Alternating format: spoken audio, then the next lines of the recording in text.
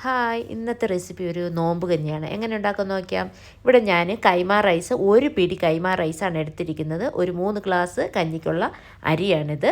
ഇത് കഴുകി വൃത്തിയാക്കുക. ഇതിലേക്ക് വേണ്ടി ചെറിയ കഷ്ണം ക്യാരറ്റ്, 3-4 ബീൻസ്, 3 ചെറിയ ഉള്ളി, 2 കഷ്ണം വെളുത്തുള്ളി, ഒരു ചെറിയ കഷ്ണം ചുക്ക്, ഒരു 1/4 ടീസ്പൂൺ ഉലുവ, 1/2 ടീസ്പൂൺ ജീരകം.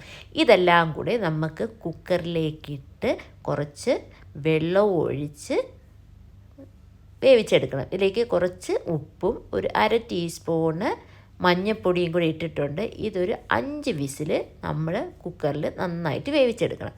ഈ സമയം ഞാൻ അരമുറി തേങ്ങ എടുത്തിട്ടുണ്ട്. അത് ചെറിയ ചൂടുവെള്ളത്തിൽ നന്നായി മഷി പോലെ അരച്ചെടുക്കുക. നന്നായിട്ട് അരച്ചെടുത്തതിന് ശേഷം മാറ്റി വയ്ക്കുക.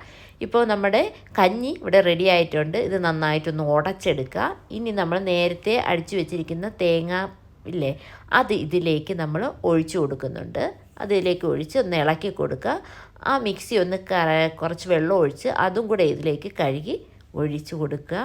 ഇത് വെള്ളമൊക്കെ അനുസരിച്ച് കൂട്ടുകയും കുറയ്ക്കുകയും ചെയ്യുക. ഇതിന് ശേഷം നമ്മളിതൊന്ന് തിളപ്പിക്കാൻ വെക്കുന്നു. ഒന്ന് തിള വരുമ്പോൾ നമുക്കൊന്ന് ഇത് വറുത്ത് ഇതെടുക്കണം.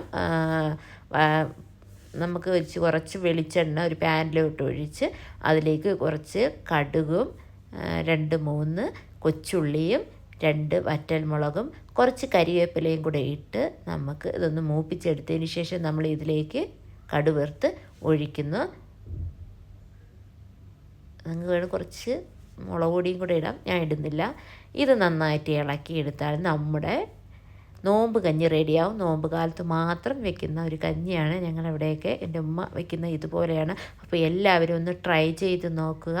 Thank you for watching.